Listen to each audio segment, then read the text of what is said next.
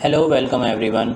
हम जो topic cover करेंगे वो है स्टूल कंप्लीट एग्जामिनेशंस का लेबॉर्ट्री पॉइंट ऑफ व्यू से और इन microbiology field stool complete examination की बेतहाशा इंपॉर्टेंस है। तो हम अपने इस लेक्चर में यही चीज़ें कवर करेंगे कि हमारे यहाँ जो स्टूल कंप्लीट एग्जामिनेशन किया जाता है उसका पर्पस क्या है और उसमें आने वाली सिग्निफिकेंट चीज़ें क्या हो सकती हैं या फाइंडिंग्स क्या हो सकती हैं, हमारे पास कौन कौन सी ऐसी टेक्निक्स हैं जिसके ज़रिए हम स्टूल कंप्लीट एग्जामिनेशन परफॉर्म कर सकते हैं और उनके फर्दर एडवांटेजेस और डिसएडवांटेजेस क्या हैं और सबसे कॉमन यूज़ होने वाली कौन सी है।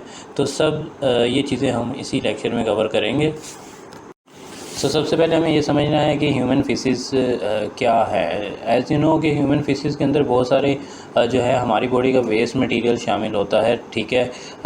उससे भी पहले हमें ये बात समझनी है कि ये जो वर्ड निकला है सिंगुलर है फेसिस, और जो ये है एक्चुअली लैटिन ज़ुबान का वर्ड फेक्स से निकला है। फेक्स का मतलब होता है रेमिनेंट्स और residues. Basically these are actually residues from the intestine और जीआईटी। अगर हम स्टूल को डिफ़ाइन करना चाहें तो वो क्या होता है कि स्टूल इज द वेस्ट और undigested material that moves out of the digestive tract through anus and usually have foul smell. Means to say कि स्टूल जो है या वेस्ट प्रोडक्ट भी होती है जो हमने डाइट ली, उसकी भी अनडाइजेस्टेड पार्टिकल्स भी हो सकते हैं। अगर कोई और मटेरियल है बॉडी में, फॉर एग्जांपल अगर कोई एबनॉर्मल इन्फेक्शियस मटेरियल है वो भी हो सकता है। और ये थ्रू आउट हमारे जीआईटी इंटेस्टाइनल ट्रैक्ट यानी कि स्टार्ट ऑफ दी हमारी ओरल कैविटी से लेकर एनस रीजन तक कोई भी ऐसी चीज़ जो होती है जो वेस्ट हो या अनडाइजेस्टेड हो या हमारी बॉडी ने बाहर निकालनी है, ये होती है। डेफिनेटली हमारे जीआईटी ट्रैक्ट में बहुत सारे नॉर्मल फ्लोरा और बैक्टीरिया भी प्रेजेंट हैं, तो वो भी स्टूल के अंदर बहुत ज़्यादा आते हैं, चाहे वो एक नॉर्मल पर्सन का ही स्टूल क्यों ना हो। एंड द प्रोसेस, वो प्रोसेस जिसमें ये बॉडी से बाहर निकाला जाता है उसे कहा जाता है डेफिकेशन। मीन्स टू से कि जब एनल रीजन से एनस से वेस्ट मटेरियल या फीसिस को या स्टूल को बॉडी बाहर निकालती है तो इस प्रोसेस को कहा जाता है डेफिकेशन का प्रोसेस। डेफिकेशन के प्रोसेस के अंदर जो बॉडी से waste material, undigested food particle और कोई भी ऐसी चीज़ बाहर आ रही है एनस रीजन से, तो इसको कहा जाता है बेसिकली स्टूल। ये है प्रोडक्ट जिसको कहा जाता है स्टूल। अगर नॉर्मल स्टूल कंपोजिशन की बात करें तो सबसे पहले आपको ये याद रखना है कि 100 से 200 ग्राम पर डे स्टूल का आना एक नॉर्मल है, ठीक है। लेकिन ये डिपेंड फिर उसी पे चीज़ पर करता है कि आपने दिन में डाइट कितनी ली है, आपके फूड इनटेक कितना था और ये सारी चीज़ों, और इसके अलावा जो है क्या नॉर्मल पर्सन है और अगर कोई ऐसी डाइट स्पेशल डाइट ले रहा है या अगर कोई स्पेशल मेडिसिन ले रहा है जिसके साइड इफ़ेक्ट की वजह से डायरिया कोई ऐसी चीज़ हो रही है, तो डेफिनेटली स्टूल जो है वो ज़्यादा टाइम के लिए भी आ सकता है, ठीक है। ये एक नॉर्मल पर्सन की बात की कि एवरेज देखा गया है कि 100 to 200 gram per day stool जो है वो बॉडी से एक्सपेल आउट किया जाता है और 75% तक इसमें वाटर प्रेजेंट होता है जिसकी वजह से ये प्रॉपरली सॉलिड नहीं होता, ठीक है। उसके बाद अनडाइजेस्टेड फूड मटेरियल है इसमें, जो कि हम जो भी फूड लेते हैं उसमें से जो एब्जॉर्प्शन के बाद जो डाइजेस्ट नहीं हुआ, जिसकी बॉडी को ज़रूरत नहीं है, उसको बॉडी से बाहर निकालना ज़रूरी है, अदरवाइज़ वो टॉक्सिसिटी कॉज करते हैं, ठीक है।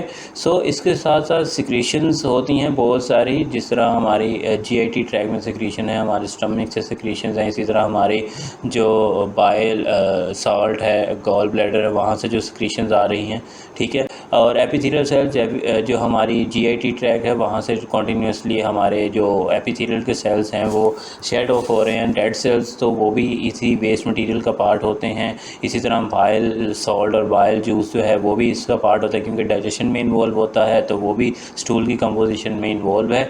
इसके अलावा हमारी जीआईटी ट्रैक के अंदर नॉर्मल फ्लोरा है, बैक्टीरिया बहुत ज़्यादा, बैक्टीराइडीज़ हैं, एस्क्रिशिया वोलाई है, प्रोटियस और बहुत सारी चीज़ें, बहुत सारे बैक्टीरिया प्रेजेंट हैं, ठीक है।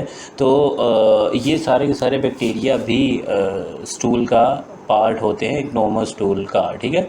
और इनऑर्गेनिक मटेरियल्स भी बहुत ज़्यादा होते हैं जो कि स्टूल में देखे गए हैं।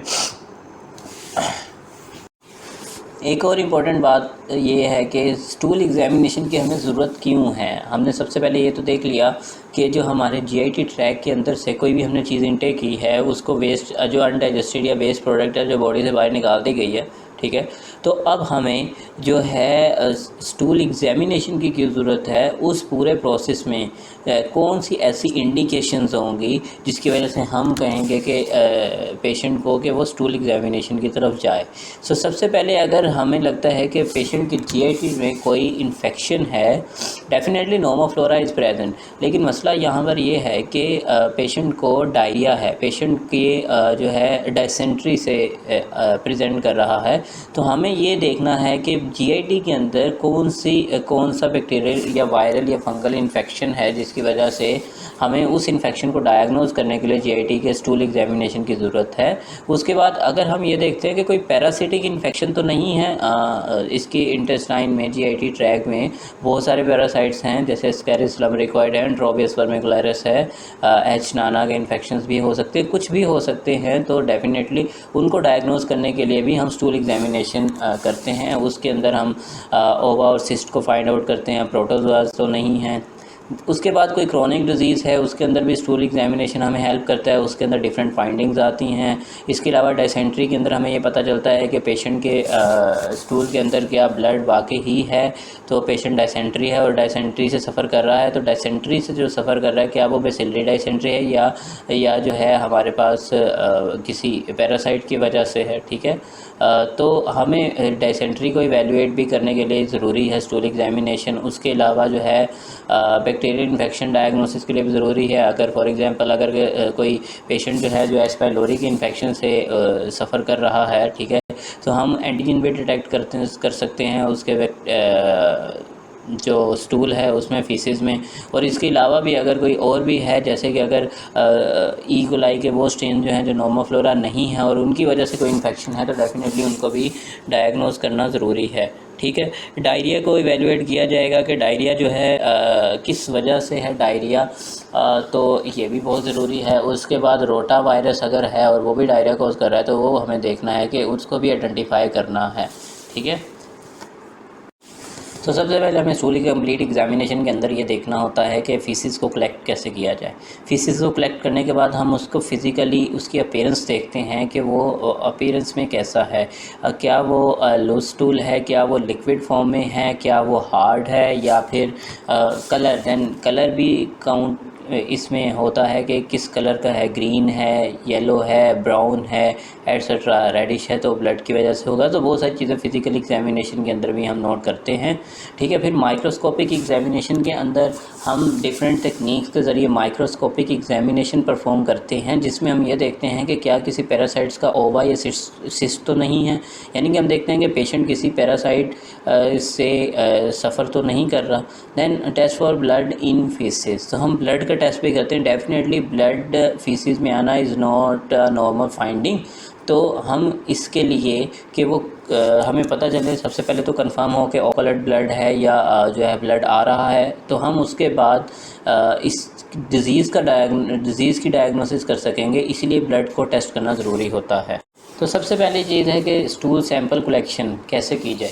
तो स्टूल सैंपल कलेक्शन के लिए सबसे पहले ये है कि बेड पैन यूज़ होता है जो कि बहुत सारे हॉस्पिटल्स में और लेबॉर्ट्रीज़ में भी इजीली अवेलेबल होता है। तो सबसे आसान तरीका ये है कि अगर पेशेंट तो हॉस्पिटल में एडमिट है या डेफिनेटली घर में अगर कोई पेशेंट होगा और उसने घर से सैंपल लेकर आना है तो उसके बाद बेड में जैसी चीज़ें पॉसिबल है ना हो। तो सबसे पहले ये है कि आपने जो है अगर तो पेशेंट हॉस्पिटल में है तो बेड पेन उसको प्रोवाइड किया जाएगा, उसके अंदर स्टूल के लिए एग्जामिनेशन के लिए सैंपल लिया जाता है और वो जो स्टूल आता है पेशेंट को उसमें कलेक्ट करने के बाद बेड पैन में, उसके बाद उस स्टूल को ट्रांसफ़र कर दिया जाता है इन कंटेनर, जैसे वाइड माउथ कंटेनर होते हैं, बेसिकली लेबॉर्ट्री में यूज़ होते हैं फॉर ये स्पेसिफिकली होते हैं स्टूल सैंपल कलेक्शन के लिए, ठीक है। और उसके अलावा जो है कुछ ग्लास जार्स भी होते हैं, स्पेशली डिज़ाइन होते हैं जिनके अंदर स्पून अटैच्ड होता है ताकि यही स्पून को यूज़ कर लिया जाता है for further examination of faeces, ठीक है। तो सैंपल जो है, अगर तो म्यूकस और ब्लड, अगर तो कोई ऐसा एरिया भी है, बेड पैन में आपने देखा कि अगर कोई ऐसा एरिया जहाँ पर ब्लड और म्यूकस है उस स्टूल सैंपल के अंदर, तो आपकी प्रेफरेंस वो एरिया होगा जहाँ पर ब्लड और म्यूकस मौजूद होगा, बिकॉज़ वहाँ पर सबसे ज़्यादा चांसेस हैं कोई हमें एबनॉर्मल चीज़ मिल सके। ठीक है, तो डेफिनेटली अगर ऐसी कोई एरिया नहीं है, इक्वली डिस्ट्रीब्यूटेड है, तो आप कहीं से भी सैंपल ले सकते हैं, और एटलीस्ट 4 ml यानी कि 4 ml सैंपल हमें चाहिए होगा स्टूल का। ठीक है, अगर तो कोई स्मॉल पोर्शन ऑफ म्यूकस और ब्लड के साथ है, 4 ml से कम ही है, तो डेफिनेटली उस स्मॉल पोर्शन को भी आप ज़रूर कंसीडर करेंगे उसको कंटेनर में ट्रांसफ़र करने के लिए। ठीक है, सो सैंपल लेबॉर्ट्री तक कब तक ट्रांसपोर्ट किया जाए, तो लेबॉर्ट्री तक ट्रांसपोर्ट करने के लिए आपके पास यूजली 1 आवर होता है, विद 1 आवर इसको ट्रांसफ़र कर देना चाहिए है, ताकि जल्दी से जल्दी एग्जामिनेशन हो, और कोई भी अगर कोई ट्रोफोसाइट है या फिर अगर कोई वर्म वगैरह है तो उसको डेथ से बचाने के लिए, उसको जल्दी आइडेंटिफाई करने के लिए हमें जो है इसको जल्दी से जल्दी लेबॉर्ट्री में ट्रांसफ़र करना होता है। तो फ़िज़िकल एग्ज़ामिनेशन के अंदर क्या क्या चीज़ें इंपॉर्टेंट हैं जो स्टूल को हम देख कर परफॉर्म करेंगे। जैसे कि हमारे पास आ जाता है कलर। अगर हम कलर को देखेंगे तो कलर में हमारे पास डिफरेंट फाइंडिंग्स मिलेंगे।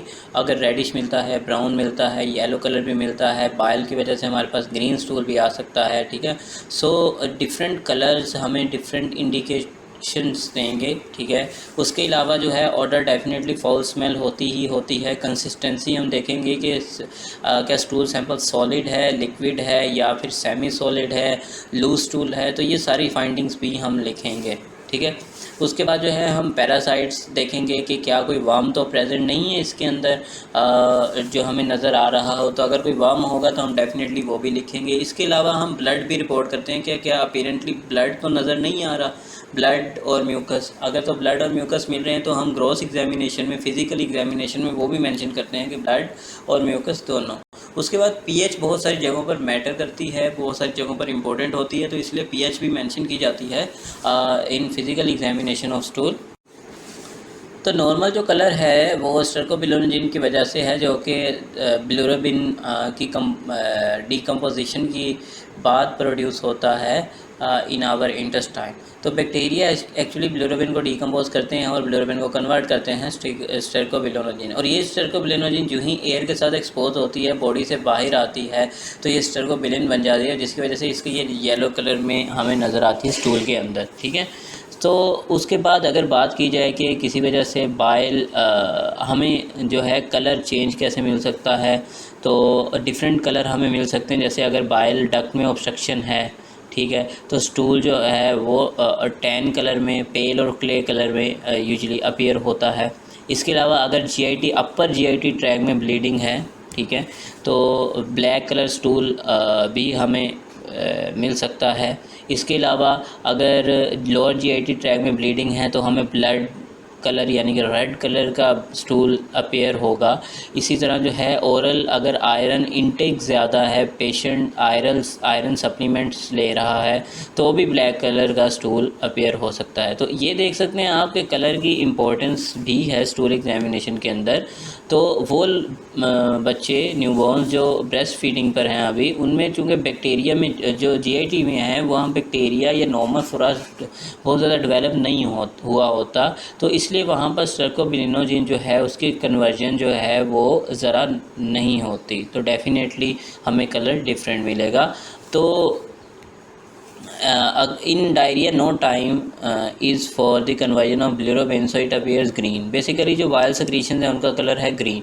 तो जब भी बिलिरुबिन जो है डायरिया में क्या है, बेसिकली जीआईटी की मोशन तेज़ है। डायरिया के अंदर क्या है, बॉडी से वेस्ट मटेरियल बाहर जाता जा रहा है, बैक्टीरिया भी डिकम्पोज नहीं कर पा रहे बिलिरुबिन को, वो बैक्टीरिया जो जीआईटी में है, क्योंकि डायरिया के अंदर फ्रीक्वेंसी ऑफ स्टूल जो है वो इंक्रीज़ हो चुकी है। ठीक है, तो जब फ्रीक्वेंसी ऑफ स्टूल जो है बढ़ चुकी है, एक ही दिन में बहुत ज़्यादा स्टूल आ रहा है, तो ऐसे में बैक्टीरिया को वहाँ स्टे करने का जीआईटी में टाइम नहीं मिलता। तो जब स्टे करने का टाइम नहीं मिलता तो वो बिलिरुबिन को डिकम्पोज भी नहीं कर पाती। तो डेफिनेटली जो है अगर हमें ग्रीन कलर का भी स्टूल मिलता है तो ये जो है हमें डायरिया के अंदर मिल सकता है, क्योंकि इसमें बिलिरुबिन जो है वो डिकम्पोज नहीं हुई होती। ठीक है, ये कुछ बहुत ज़्यादा इंपॉर्टेंट बातें हैं, जैसे कि स्टूल कलर की इंपॉर्टेंस के लिहाज से ब्राउन कलर स्टूल हमें कहाँ मिलता है। ठीक है, ये हमारे नॉर्मल भी हमारी बॉडी में होता है। एक डाइजेस्टिव जो एक हेल्थ है उसका भी साइन है कि ब्राउन कलर का जो स्टूल होगा वो एक नॉर्मल पर्सन का भी होता है। डेफिनेटली अब नॉर्मल में भी हो सकता है, लेकिन एक नॉर्मल पर्सन का ज़्यादातर जो स्टूल है वो ब्राउन कलर का मिलता है। ठीक है, ग्रीन स्टूल्स जो है वो कहाँ मिलते हैं? एक्चुअली ये नॉर्मल होते हैं। अगर ये डाइट पर भी डिपेंड करता है कलर, यानी कि अगर स्पेनिश लिया गया है और इस तरह ग्रीन वेजिटेबल्स बहुत ज़्यादा ली गई हैं, ग्रीन फूड जिसको हम कह रहे हैं। ठीक है, तो ऐसे में क्या होता है, अगर डायरिया है, इंटेस्टाइनल ट्रैक का जो एक ट्रांजिट टाइम है वो बढ़ चुका है, मूवमेंट स्टूल जल्दी पास आउट हो रहा है, तब भी क्या है, ग्रीन कलर का स्टूल हमें मिल सकता है। रेड स्टूल हमें कब मिलेगा?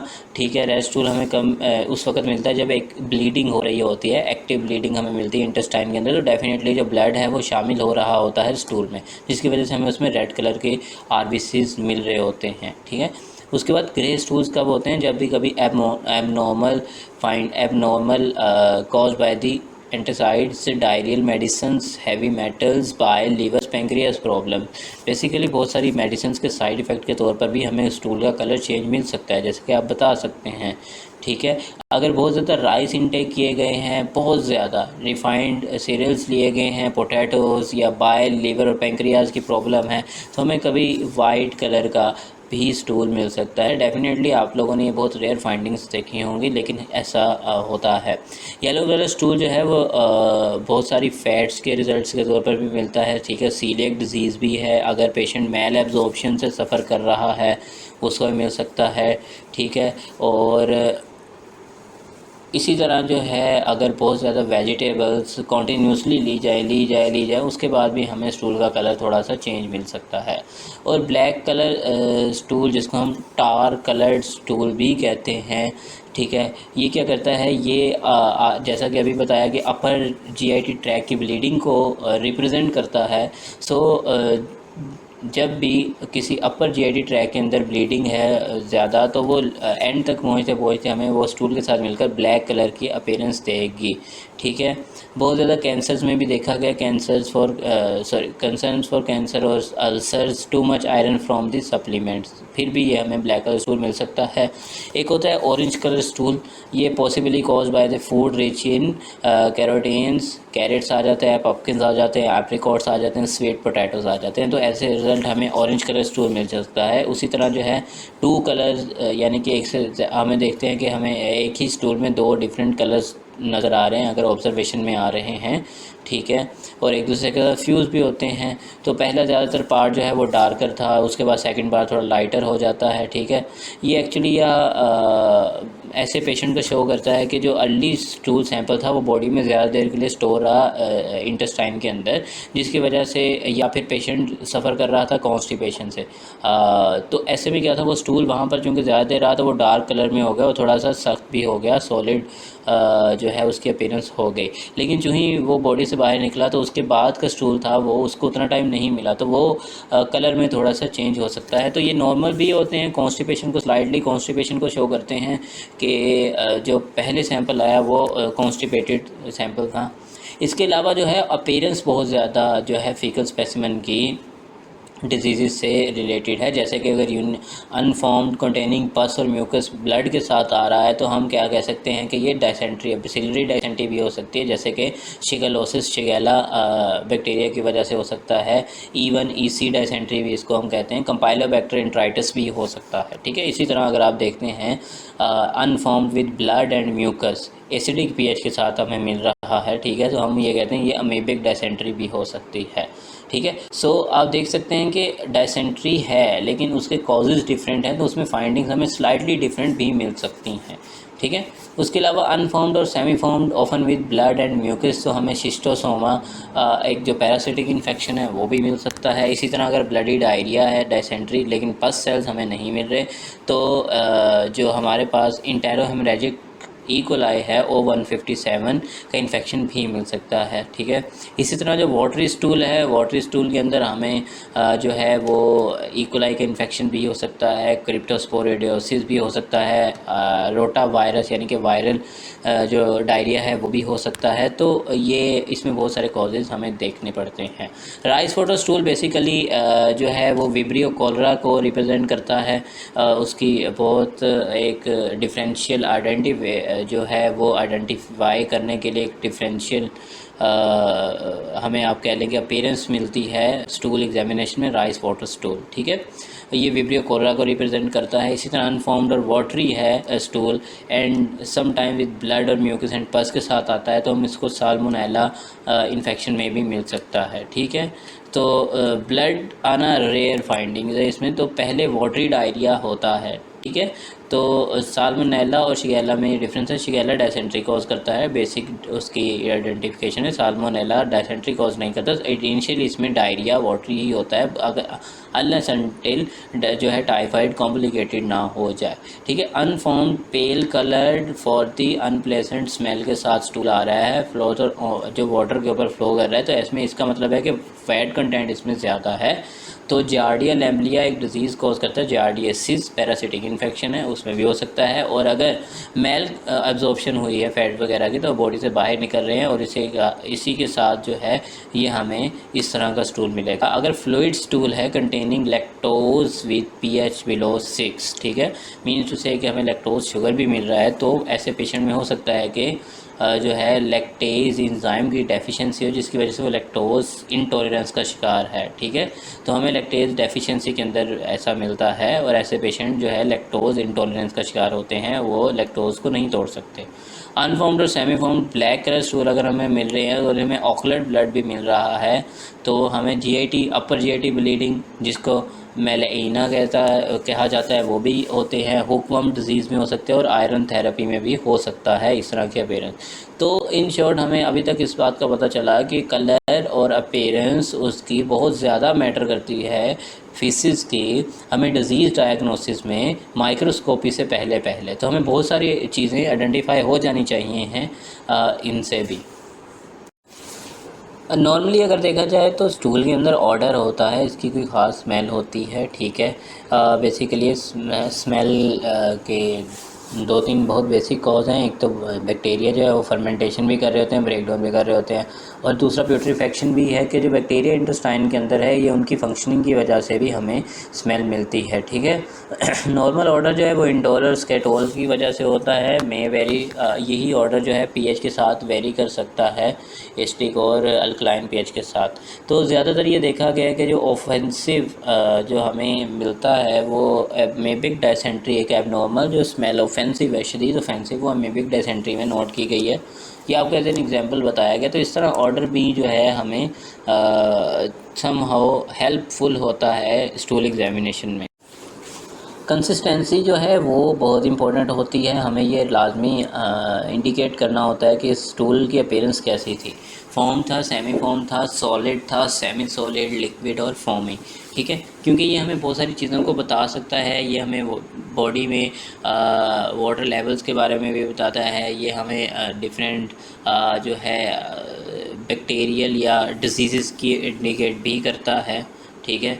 तो ये वो सारी चीज़ें हैं जो हमें रिपोर्ट भी करनी है और जो हमें पेशेंट को बतानी भी हैं। डॉक्टर को पता होगा तो वो डॉक्टर डायग्नोस कर सकेंगे। Solid and hard pieces in constipation हमें डेफिनेटली मिलते हैं, क्योंकि जो solid due to water low water content और कुछ सम अदर रीज़न अगर पेशेंट कॉन्स्टिपेशन की वजह से है, तो वो स्टूल जो है वो लोअर पोर्शन ऑफ इंटेस्टाइन में क्या होता है, स्टोर होता रहता है, तो अल्टीमेटली वो हार्ड हो जाता है। तो ये हमें कॉन्स्टिपेशन में मिल सकता है। लूज स्टूल इन डायरिया अगर बहुत ज़्यादा स्वेयर भी है तो हमें लूज स्टूल मिलते हैं, ठीक है। और इसमें अगर तो डायसेंट्री है, ब्लड भी शामिल हो जाता है, तो यही डायरिया डायसेंट्री बन जाता है, ठीक है। और बेसिकली अगर कुछ कोई ट्यूमर है, कार्सिनोमा वगैरह है, तो उसमें भी हमें मिलता है। एंड टाइफॉइड जो बैक्टीरियल इन्फेक्शन है उसमें भी हमें डायरिया मिलता है। तो डायरिया और डायसेंट्री के अंदर लूज स्टूल मिलता है, डायसेंट्री में हमें ब्लड भी मिलता है, डायरिया में हमें ब्लड नहीं मिलता, जो यूजली ये वाटरी जो होता है इन नेचर होता है। ठीक है। तो हमें अब इसलिए भी हमें रिपोर्ट करनी है कंसिस्टेंसी कि क्या डायरिया है कि नहीं। Loose faeces mixed with pus and mucus in bacillary dysentery enteritis colitis, you can easily understand this thing कि हमें जो है पस और म्यूकस जो है बेसिलरी डायसेंट्री में मिल सकता है लूज फीसिस के अंदर। इसी तरह जो पेस्ट लाइक है फोर्टी लूज फीसिस है और पेंक्रियाटिक इनसफिशेंसी है, उसमें हमें पेस्ट लाइक भी मिल सकता है। एक बहुत इंपॉर्टेंट बहुत इंपॉर्टेंट जो फाइंडिंग है वो है in case of vibrio cholera infection. अगर पेशेंट को कॉलरा है तो यूजुअली देखा गया है कि ऐसे पेशेंट का जो स्टूल सैंपल रहता है वो राइस वाटर स्टूल होता है। ठीक है। स्पेशल आइडेंटिफिकेशन है जो हमें इजीली हम अंडरस्टैंड कर सकते हैं उस स्टूल सैंपल को देखकर। तो राइस वाटर स्टूल जो है वो हमें मिलता है। हम आइडेंटिफाई करते हैं कि क्या कोई पैरासाइट्स या वार्म प्रेजेंट तो नहीं है। हम जो है अपीयरेंस देखते हैं स्टूल एग्जामिनेशन की, कंसिस्टेंसी, पीएच, ब्लड, म्यूकस के साथ साथ हम ये बातें भी नोट करते हैं क्या हमें कोई वार्म नज़र तो नहीं आ रहा। फॉर एग्जांपल अगर कोई एस्कैरिस लम्ब्रिक्वाइट नज़र आ रहा है या एंड्रोबियस वर्मिकुलरिस नज़र आ रहे हैं तो हम उसको भी रिपोर्ट करते हैं। समटाइम हम ये स्टूल एग्जामिनेशन को स्टूल सैंपल को हम जो है वो सीव में से गुजारते हैं तो हमें पैरासाइट जो हैं वो सीव के ऊपर रह जाते हैं, बाकी सैंपल गुजर जाता है तो हमें फिर भी हमें मिल सकते हैं। और समटाइम अगर स्टूल सैंपल के अंदर ही पैरासाइट्स मिल जाते हैं, ठीक है, तो हमें जो है इसको सीव में से गुजारने की ज़रूरत नहीं है। तो ये जो है पैरासाइट्स भी हमें रिपोर्ट करने हैं कि क्या वार्म हमें नज़र आ रहे हैं कि नहीं। इसी तरह रिएक्शन और पीएच क्यों इंपॉर्टेंट है। नॉर्मली देखा गया है कि जो एक नॉर्मल पर्सन का स्टूल सैंपल है जिसमें कोई इन्फेक्शन नहीं है वो न्यूट्रल और वीकली अल्कलाइन जो है वो हमें मिलता है स्टूल सैंपल अगर हम उसकी पीएच देखेंगे। और अगर तो उसने मीट डाइट, अब डेफिनेटली डाइट पर बहुत ज़्यादा डिपेंड करती है स्टूल की पीएच, क्योंकि पेशेंट का फूड इनटेक क्या रहा है पिछले कुछ टाइम में, इसकी वजह से पीएच जो है वो डिस्टर्ब होती है। तो मीट अगर डाइट रेड मीट अगर बहुत ज़्यादा लिया गया है पिछले कुछ वक्त में तो जो है इसकी पीएच मोस्ट प्रोबेबली अल्कलाइन मिल सकती है। इसी तरह अगर बहुत ज़्यादा पेशेंट ने कार्बोहाइड्रेट और फैट रिच डाइट ली है तो उसकी एसिडिक पीएच भी मिल सकती है। और यही एसिडिक पीएच अब नॉर्मल फाइंडिंग में हमें कहाँ मिल सकती है, एमीबिक डायसेंट्री के अंदर विद वेरी फॉल स्मेल। सो उसके साथ जो है अगर पेशेंट ने प्रोटीनिशियस फूड ज़्यादा लिया और प्रोटीन की ब्रेकडाउन ज़्यादा हो गई है तब भी हमें जो है जैसा कि हमें एक एबनॉर्मल फाइंडिंग में भी देखा गया है, बेसिलरी डायसेंट्री में भी हो सकता है, ठीक है, तभी हमें जो है पीएच में जो है वो डेफिनेटली फ़र्क मिलेगा। इसी तरह in lactose intolerance highly acidic due to lactose fermentation, ठीक है, lactose fermentation, lactose intolerance, lactase enzyme की डेफिशिएंसी की वजह से भी हमें यहाँ पर पता होना चाहिए कि ऐसी पीएच क्या होगी, एसिडिक होगी। ठीक है। तो ये पीएच की इम्पोर्टेंस है स्टूल